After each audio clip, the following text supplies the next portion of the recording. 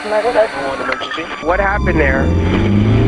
This is a public plea where anyone out there has information regarding the murder of Makeva.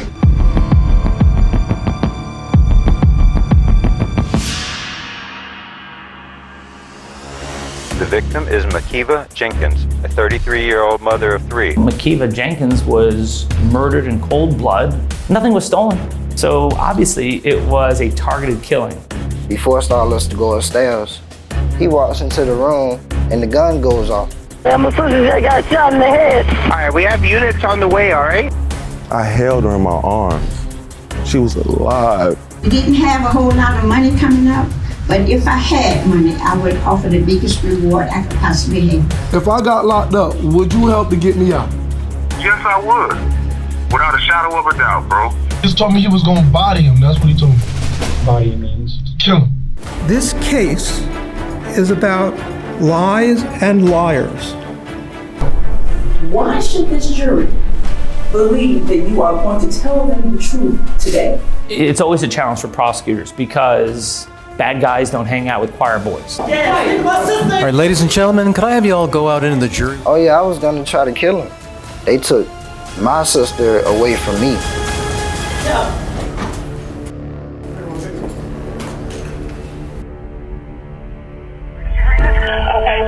Your wife is in a bar. You said she's unresponsive. This is what he's going to tell you. How to get out of that situation. And I grabbed the gun. Trying to find the first place to put a body. No, sir. The only thing they could do was kill him. You want to say anything? We, the jury, and to find the defendant.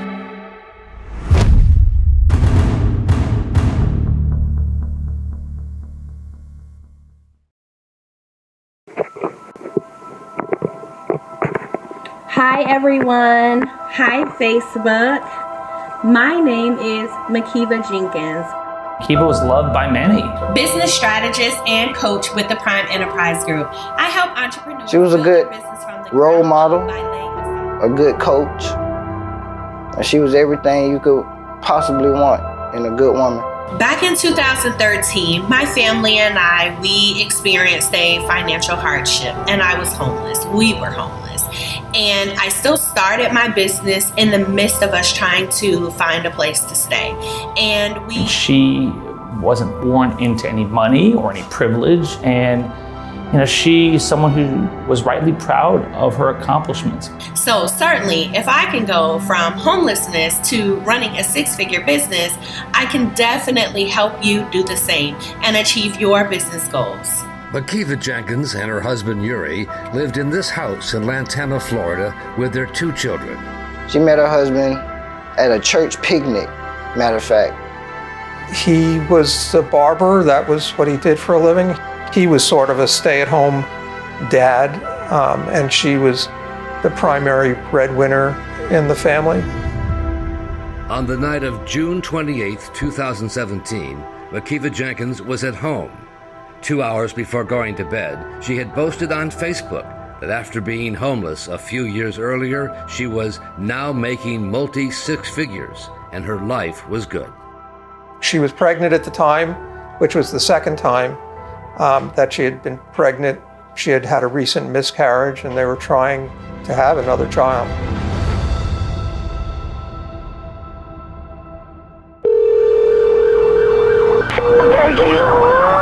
Emergency. Someone please get here now! Hello?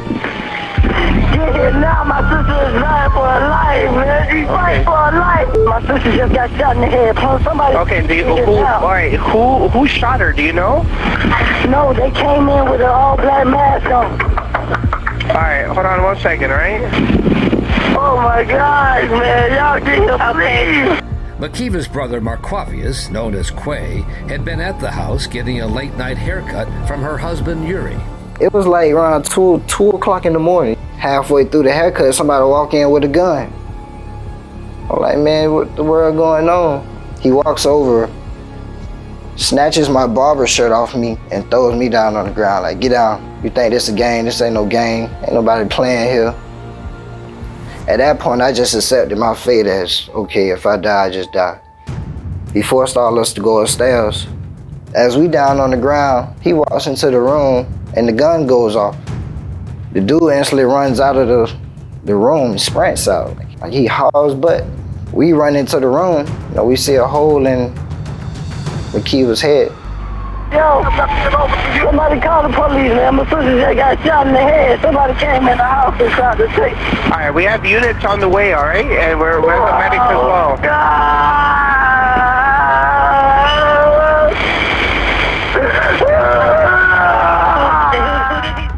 At first, detectives wondered if Makeva's boast of making big money had made her a target. Who has means, motive, and opportunity to kill Makeva, who everyone loved? But as detectives scoured the Jenkins home and the upstairs bedroom where Makeva was shot, the crime scene began to tell a different story. Well, Makeva Jenkins was murdered in cold blood. Nothing was stolen. So whoever broke in and committed a home invasion didn't take anything. There was no money stolen, so obviously it was a targeted killing.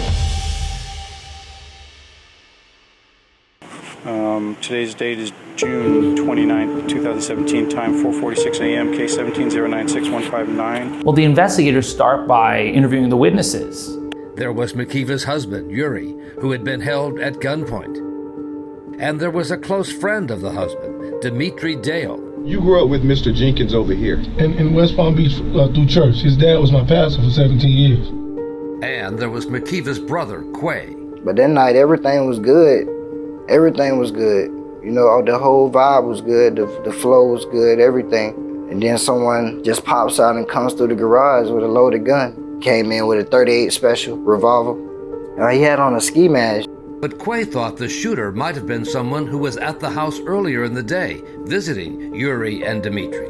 I had heard him earlier that day, and his voice seemed so much similar to that other voice I heard that day. So I'm like, yo, this gotta be somebody we know. Cause we just heard his voice, man. Y'all just heard his voice. So now detectives began to wonder if the unidentified shooter might have had some connection to either Makeva's husband, Yuri Jenkins, or his good friend, Dimitri Dale. Yuri said that, no, this ain't nobody we know, but why is his voice sounding so much similar to how the dude sounded earlier that day? I didn't know what to think or who could have came in that house. I held her in my arms. She was alive.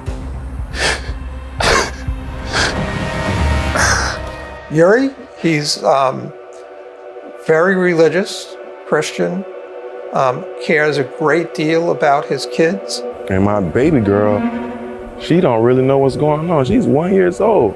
She'll never get a chance to see her mom when she gets older, when she gets her menstrual cycle. I don't know what to do. It's gonna be tough, especially being a black male, a single black male, widower, or whatever you call it. But man, it's gonna be hard, very hard, very hard. But detectives would come to learn that Yuri and Makeva's marriage was far from perfect. Well, he had had an affair. She had threatened divorce. He had had a child with another woman. And it was all just a big mess. It was really, the cheating was there. Exactly, like the cheating was there. The day after his wife was murdered, Yuri Jenkins went to a local strip club, Flashdance, and boasted about it on Facebook. I think Yuri had made some comment, basically, he's not going to some white cracker bar, but is it any different than going to the local pub? Only because there's some naked woman in the background. All those negative stories that are out there right now, what are your thoughts about that? Honestly, everybody can go to hell.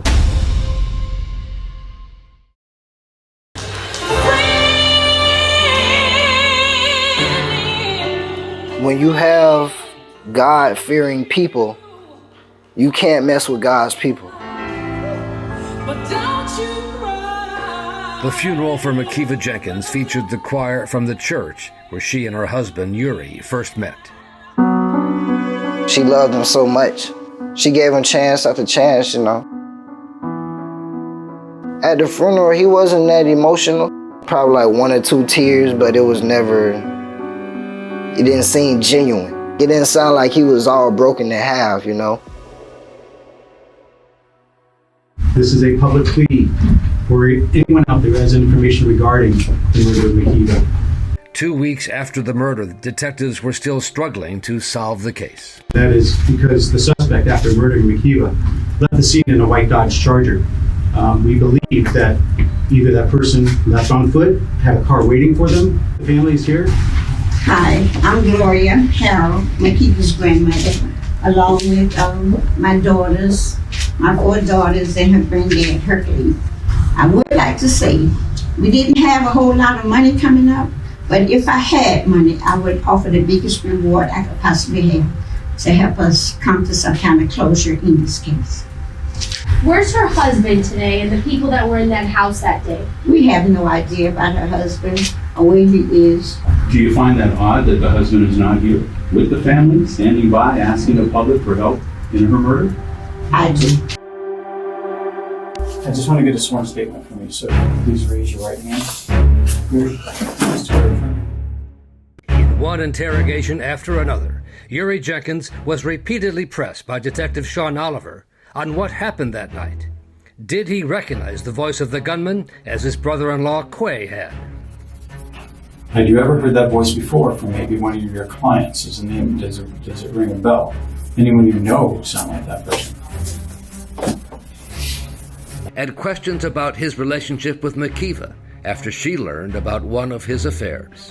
That she actually told you that she was thinking about divorcing you? That was when I cheated. That was when I cheated with Tiffany.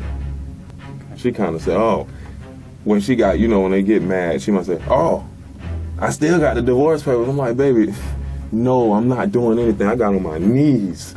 Baby, no, I'm not doing anything. Nothing. And then a key question about Makeva being pregnant. You never told me she was pregnant. I thought I never told you that? No. And if that was important to you, you would have told me. I thought I told you that. No, I would have known. I didn't find out till autopsy. I didn't tell you that, for real?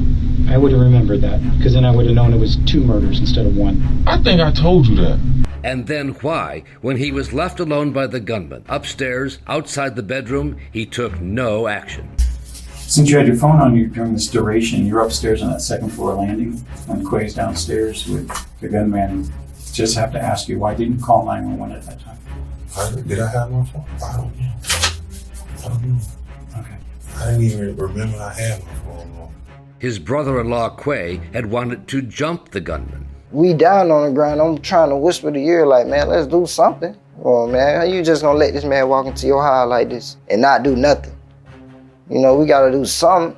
Why else would anyone not go in your house and kill your wife? Because it's clear that that's their whole intention, was to just kill her. There's no other reason. So, was he a suspect? Sure, I had no doubt he was a suspect. I mean, that's just the way things work when one spouse is killed and the other is not, and you're both there at the same time. Thank you for calling Northwestern Mutual. This is Carrie. How can I help you? Then detectives learned about a call Yuri Jenkins made a few days after the murder, trying to collect on his wife's $500,000 life insurance policy. I understand you have some questions. About the beneficiary information? And you were the spouse, sir? Yes, ma'am. I'm actually seeing on the application here that you were not listed as beneficiary. Oh, wow. Is it the kid? No, and unfortunately I can't disclose that. That's considered confidential, and I can only speak to the beneficiary on file. Okay, I gotta figure out who is. Oh, wow. Dang, she didn't change it in time. Makeva didn't change the policy in time. I mean, that to me is like, well, why would you say that? Why would you say that? Detectives thought Yuri's friend Dimitri Dale might know the answer. Have a seat and the one right in. I just gotta have my parking keys on. There you go. All right. And the key breakthrough was when they interviewed Dimitri Dale. And you came of your own free will, but because it's an ongoing criminal investigation, I'm going to do my standard read your Miranda warnings like I've done pretty much the last few times. Detectives had learned that the white Dodger getaway car actually belonged to Dimitri Dale. It was hard for Dimitri Dale to explain why his car was there on the side of the road. And I'm quoting, he got into some shit. And that Dale's cell phone showed repeated calls to a man by the name of Jovan Joseph. And ultimately, he seemed to have a consciousness of guilt. He wanted to talk.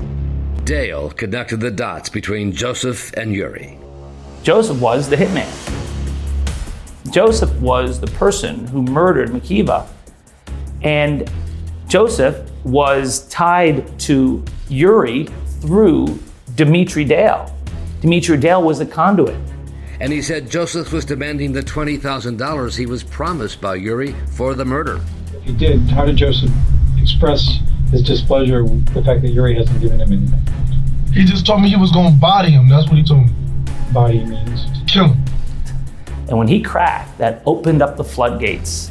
I mean, if there's any information I can give you, I have no problem with that, because at the end of the day, I know, and I told you this from day one. Why did you cover for these guys so long? It took me 5 interviews to finally get you to admit. I was going to say something in the very beginning, but I didn't, because at the end of the day, all odds were against me.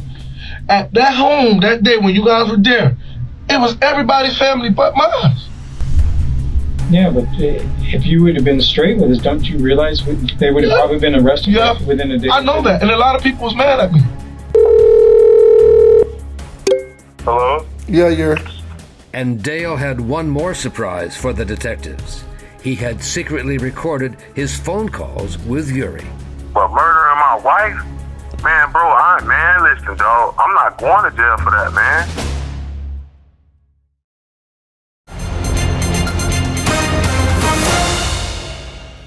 Police today arrested a suspect in the murder of Makeva Jenkins on what would have been her 34th birthday. 19-year-old Jovan Joseph was indicted by a grand jury on a charge of first-degree murder. Mr. Joseph, would you like to say anything to her family? Jovan Joseph was in fact the person Makeva's brother had seen and heard at their house that day, talking to Yuri and Dimitri Dale. Yeah, the shooter and Dimitri, they were good buddies. I was mad, I was just utterly devastated, disappointed. All right, what's going on? And now the phone calls of Yuri, secretly recorded by Dimitri Dale, would become pivotal to the investigation. No, just walk out the room. Don't say my name, ring your phone, none of that. All right. Even the beginning of the recordings were pretty damning because at the beginning, Dimitri said Yuri's name and Yuri's like, no, don't use my name. Don't say my name. And Yuri told Dimitri their secret was safe, that he would never turn on him or Jovan Joseph. Tell that man, don't let them people stand you up, bro. I wouldn't do that, man. I would never do that, bro. Never. Yeah. There's 5 recordings. Between them, my client doesn't know he's being recorded. Man, they don't have any evidence, bro. None. But if I got locked up, would you help to get me out? Yes, I would. Without a shadow of a doubt, bro. All right. Yes, I would. And that's all I need to know, man. Without a shadow of a doubt, bro. Yuri had already covered for Joseph and Dale when he was questioned by Detective Oliver. Dale came over earlier in the day with somebody, and I just want to show a picture. I want to confirm this is the guy. Is that who came over earlier in the day or not? Oh yeah, he came and got a haircut. All right, but Quay also mentioned you. Isn't that the guy that was here earlier with Dale?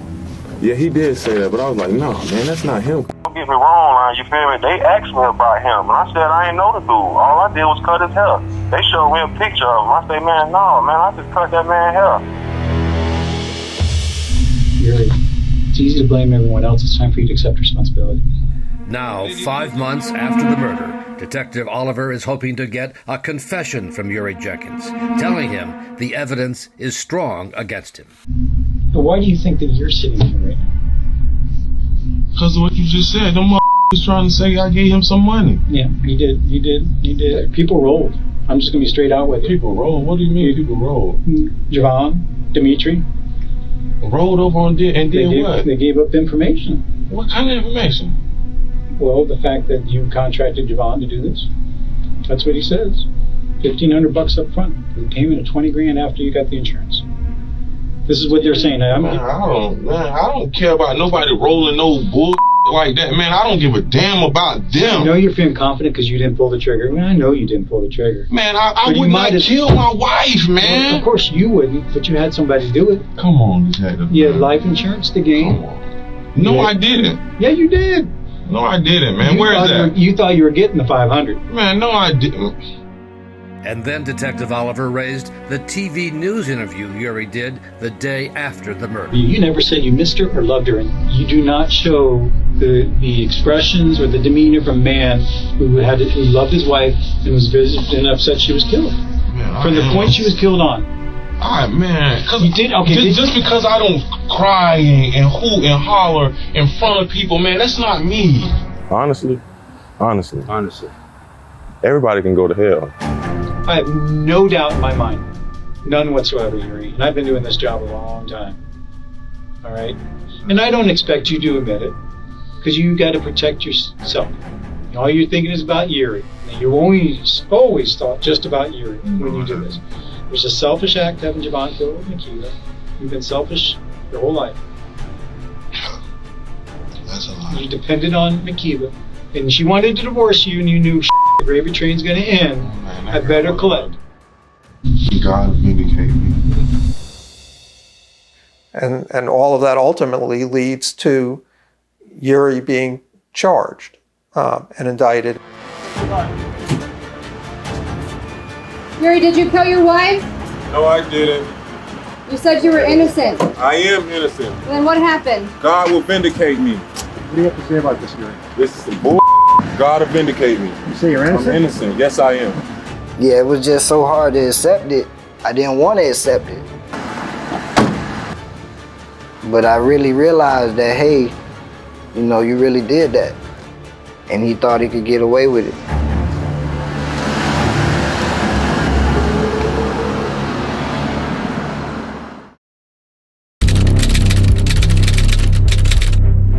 Ladies and gentlemen of the jury, you have been selected and sworn as the jury to try the case of the state of Florida versus Yuri Jenkins. This is a criminal case. You don't have direct evidence of Yuri. You don't have a confession. So how do you prove it? Sometimes you have to make a deal with the devil. And we did. The prosecution had made a generous plea bargain deal with Jovan Joseph. The hitman got 15 years in prison. And an even more generous deal with the middleman, Dimitri Dale, who pleaded guilty to manslaughter. Dimitri got 15 years of probation, and so he didn't serve any time. I've been doing this 37 years, and I've never seen a deal like that with a co-defendant in a first-degree murder case, ever. They were willing to apparently do just about anything to get to my client. Is the state ready, and do they wish to give an opening statement? Yes, Your Honor. Please proceed. Thank you.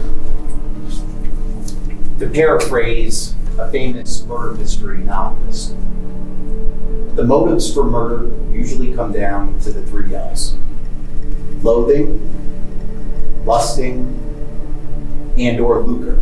Those 3 L's are exactly why that defendant, Yuri Jenkins, made the decision to hire someone to kill his wife, to get out of a marriage he was unhappy in, and to get a payday he thought was coming to him, but turned out not to be so. You don't have to like witnesses, and in fact, I highly doubt that you will.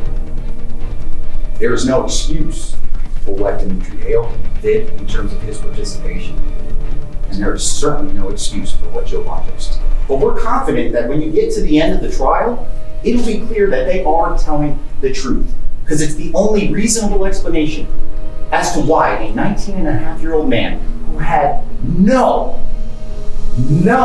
connection with Makeva would commit such a cold-blooded murder. Thank you. Defense like to make an opening statement. Go ahead, Mr. The government used this phrase in their opening statement of 3 L's. This is a trial, though, about credibility and why people simply are not to be believed when they try to cover their tracks as to why they committed a crime, in this case, Mr. Dale and Mr. Joseph. They have to testify in a way that convinces the prosecution that they are being truthful, despite the fact that they are both admitted liars, despite the fact that they have a history of not telling the truth, despite swearing to tell the truth. And we submit to you that if you really pay attention to that testimony and look at those witnesses and judge those witnesses' credibility, that at the end of this case, there's only going to be one fair and just verdict as to this matter, and that's a not guilty. Thank you. Right. Good morning. Good morning. Would you please state your name and spell your last name for the jury? Dimitri Dale, last name is D-A-L-E. Adrian Ellis led the team, and when you have something this serious, when so much is at stake, you want to put your best people. And she's there as one of my best people. So I want to talk about the elephant in the room, which is you swear to tell the truth and you don't. Is that right? That's correct. Why should this jury believe that you are going to tell them the truth today? It took a while for me to accept responsibility, or some responsibility, well, most responsibility for my actions. And I think at the very least, the family of Makeva Jenkins deserves justice, and I no longer want to stand in the way of her receiving the justice that is deserved to her. And Dale began with why he said Yuri wanted his wife killed. And I said, well, why you want to do that, And I just kind of went into details about all she did. And he was just like, man, he was in the shower, he had sex with her, and his penis couldn't get fully erect. And so therefore, he knew he didn't love her no more. He was serious and asked, did I know anyone? I said, no, I just don't hang around people that, kill people. And then I opened the door and I asked Javon, I said, well, you know anybody that'll do something like that? And then that's how Yuri and Javon pretty much engaged in the conversation. Javon basically was saying how much would you be willing to pay? And then that's when conversations about an amount came up. And that was pretty much the gist of the conversation. Mr. Dale, did you, the defendant, and Javon Joseph plan the death of Makeva Jenkins? I won't use the word plan, but subsequently we got together, and as a result, she's dead. Still let me cross the path. My strategy was to work on the conflicts, the lies, the constant lies, the number of lies that both of them had told. Defense lawyer Greg Lehrman kept a running tally of the lies that Dale admitted on the stand that he had told during the investigation. You were adamant that you had nothing to do with this homicide, correct? That's what I said. You didn't give Detective Oliver any indication at all that you knew where the gun had come from or anything of that sort, correct? That's correct. And that you had no knowledge of anything regarding this case. That was a lie. It's always a challenge for prosecutors because bad guys don't hang out with choir boys. You're gonna have people hang out with liars and murderers. Well, I'm his friend. He's my friend. There's no Javon Joseph without me. There's no killing Makeva without Yuri. Well, there's no killing Makeva without you and Mr. Joseph. No. Yuri Jenkins is the one that initiated all of it because no one would ever thought to kill Makeva if it didn't come from his mouth. Guess that'll be for somebody else to decide, sir. That's correct. Jurors are told that if you disbelieve a witness on one thing, you can disbelieve their entire testimony.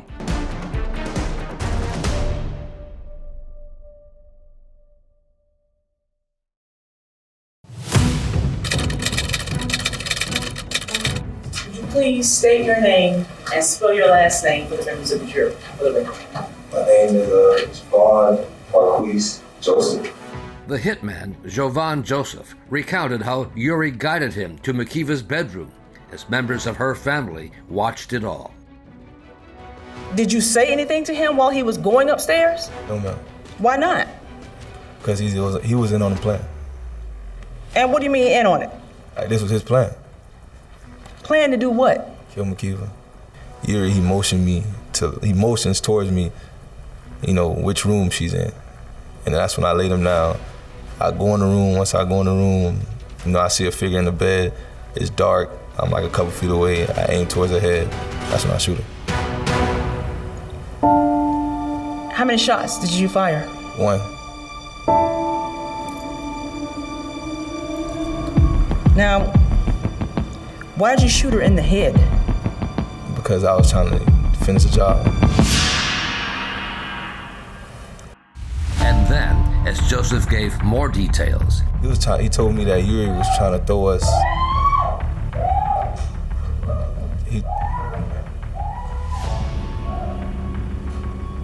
Judge, we have instructed all of the family members, Makeva's family members, that there can be no outburst, no show of emotion, no display of emotion, and we will do it again. Judge, we instruct them every day.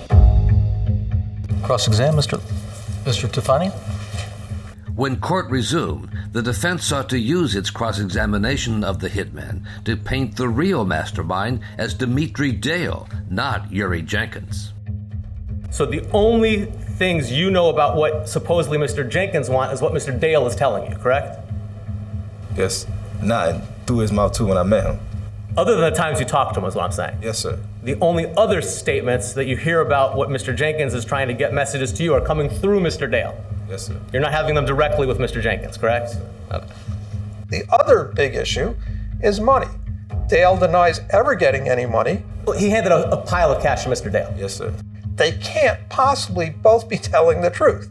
They're either both lying or one of them is lying. I'm drawing your attention to this text on July 2nd, 2017 at 12:49 p.m. Is that a text message that you're familiar with? Yes, sir. And in that text message you say, bro, bring me 20, I need it for gas, meet me somewhere, that's correct? Yes, sir. So that's about 3 days after you got $10,000 in cash, you need money for gas. Yes, sir. Here are these guys that said they got cash, and 2 days later, they're asking for $20 for gas, and then the response to asking for $20 for gas by Jovan Joseph is Dale saying, well, I'm broke. Well, how is that possible? And Joseph contradicted Dale's testimony that Dale didn't know much about guns. And whose idea was it to get a revolver? Dale's idea. And why did he say to get a revolver? Leaves no shells. Leaves no shells? You know, what does that mean to you, leaves no shells? It's not enough evidence for the police to collect. Like the cartridge, when you shoot the gun, it doesn't leave a shell on the floor? Yes, sir. Okay. And Mr. Dale's the one who explained that to you, correct? Yes, sir. Nothing further, Judge. Thank you. Call your next witness. As Joseph was led away to return to prison, the prosecution called its key eyewitness, Makeva's brother. At this time, the state will call Makeva's career. Okay. My back was to the entrance to the courtroom, as was Yuri's.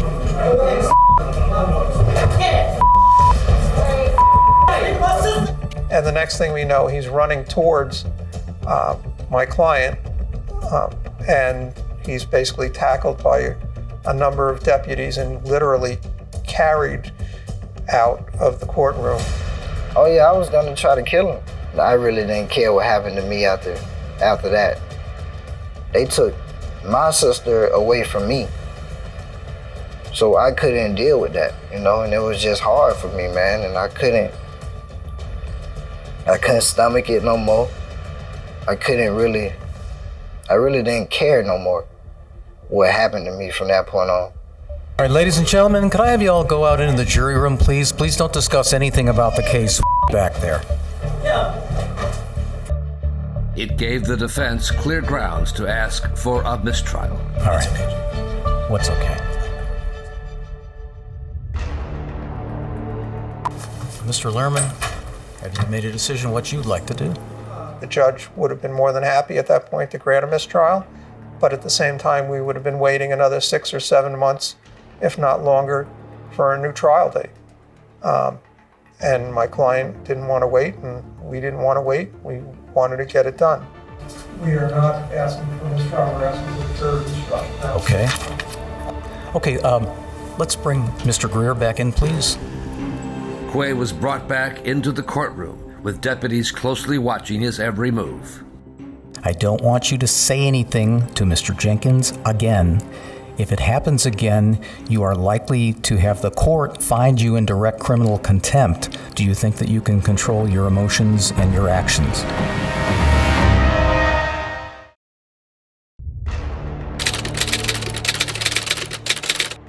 So I want to start by apologizing to the judge, and I want to apologize for my actions and how I disrupted everything.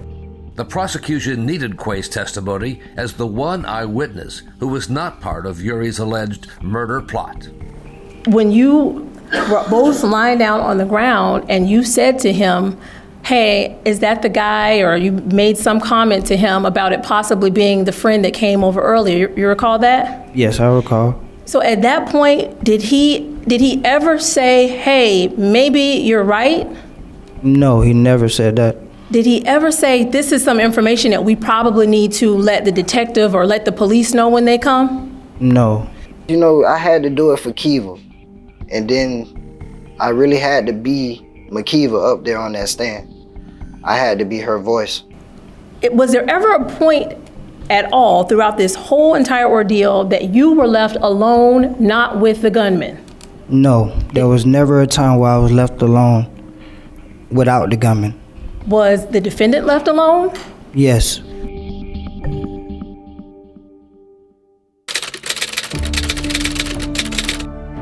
Does Mr. Jenkins wish to testify? It is your decision that you do not wish to take the stand, is that correct? All right, thank you, Mr. Jenkins.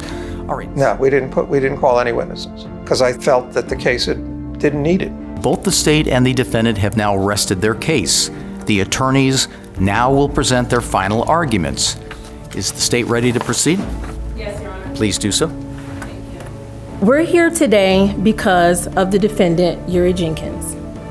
And to quote Dimitri Dale, who took the stand a few days ago, he said, none of this would have happened but for Yuri Jenkins. Yuri Jenkins is the reason Makeva Jenkins is dead. The defendant obviously wanted to be with someone else. You heard about the loathing. He was no longer sexually attracted to his wife, period. He told Dimitri Dale that. Why would Dimitri Dale make that up? He made money cutting hair in his garage as an unlicensed barber. This was not a marriage that he could afford to leave. Yuri Jenkins told just as many lies as the people the defense will tell you not to believe. Not only does he lie, but he repeatedly tries to derail the investigation, even away from Dimitri Dale and Jovan Joseph. He didn't even say, hey, well, look into them. The defendant orchestrated and caused the death of his wife. Thank you, ladies and gentlemen. Mr. Lerman, are you ready to proceed? Yes. Please do so. Good afternoon, welcome back. Yuri Jenkins now sits before you waiting for your judgment. He is not guilty of first-degree murder. This case is about lies and liars. Plain and simple. It is about lies and liars, and not Mr. Jenkins, but Mr. Dale and Mr. Joseph. It is about people who are unable and incapable of telling the truth. We know that Dimitri Dale planned this. We know that Dimitri Dale planned this without Yuri Jenkins' knowledge. It is the burden of the government to provide you with truthful, honest, sworn testimony. And when you have substantial material conflicts from that witness stand, that is a corruption of their burden.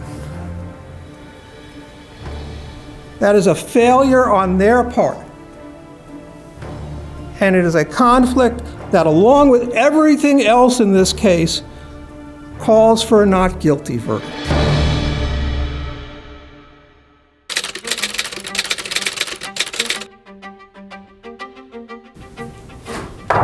All rise. Court is back in session. Good morning. Please be seated. They were out, I think, around 2 hours and 50 minutes in total. Yuri, he seemed calm.